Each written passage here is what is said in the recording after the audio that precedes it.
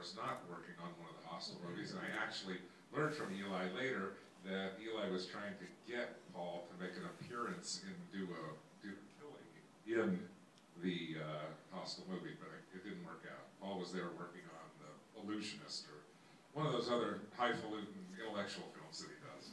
And so I got this email from Eli, and Eli just said that he'd met Paul, had lunch with him, and all Paul wanted to talk about was Bubba Hotep, and that I needed to track him down because he wanted to meet me. And so I did ultimately meet him, and it was true. And I got to be friendly and talked about things, and tried to get another project together, which didn't work out. And in the meantime, Paul had established a small production company and had been making some interesting movies like Cold Souls. They have another one coming out soon, I think it's called Almost Christmas this year, which stars Giamatti and Paul Rudd, and they play these French-Canadian Christmas tree importers, and there's some heist or something. Sounds like a lot of fun. But anyway, so Paul came on board, and that's how it worked out. Any questions from the audience? Don't be shy. Yes, there in the hat. The Camel Holocaust song was written by David Wong, but it looks like the music was done by a family member of yours. Yes, my son's a guitarist, and he had actually written this song that I really loved a lot. And we had to get the Camel Holocaust song for John's band, Free Arm Sally, to play.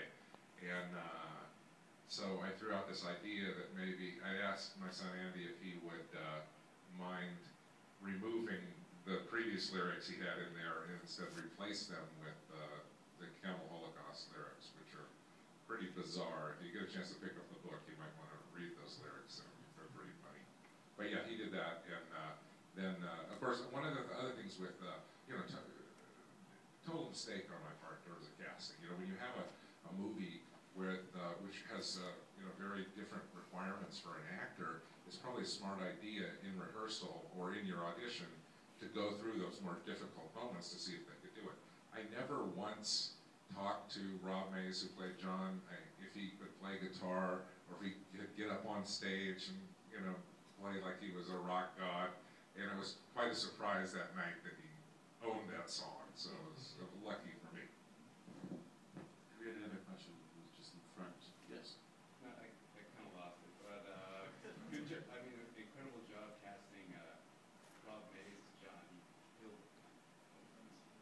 This guy's also a friend of mine. So.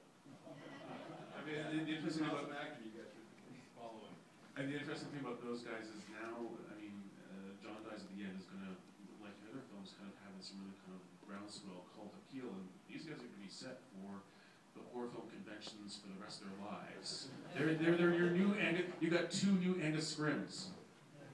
Well, that's one of the benefits about toiling in this horror genre is there are these really cool events. I don't know if anybody, I'm sure some of you out there have been attended some of the different horror conventions. Here we've got the Roomworks Festival of Fear, and they're just amazing times, and for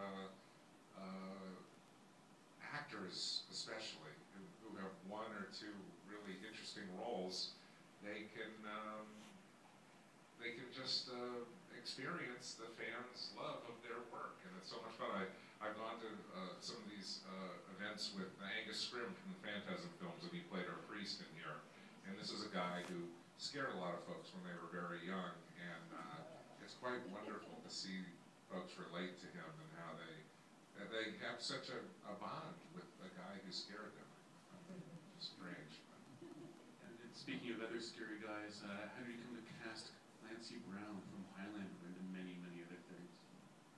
Well, I've been a gigantic fan of him forever, and I think that was one of the great things about making this movie is we had these moments where we could put these veteran actors in and didn't need them for a lot of days, so we could get them to come in for not that much money.